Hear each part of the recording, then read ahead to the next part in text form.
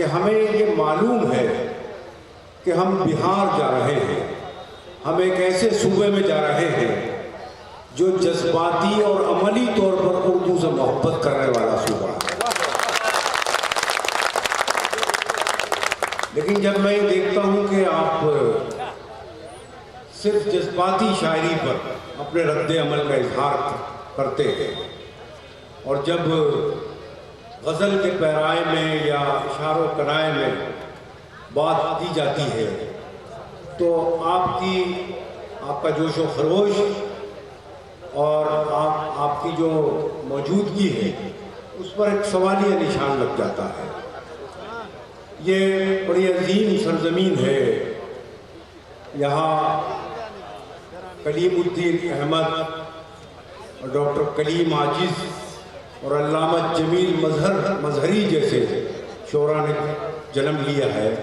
और माजी के हवाले से अगर हम बात करें तो नरेश शाह अजीम आबादी एक बहुत बड़ा नाम है।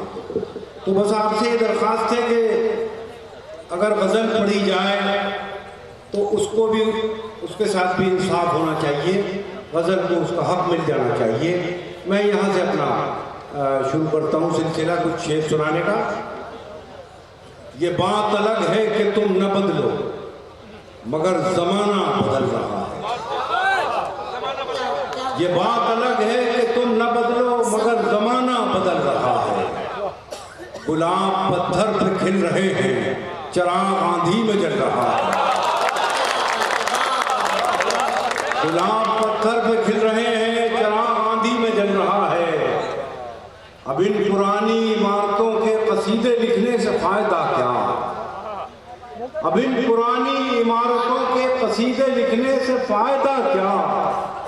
नए चिरागों को हौसला दो कि वक्त करवट बदल रहा है। बहुत शुक्रिया, आपने अपनी बेदारी का एहसास दिलाया।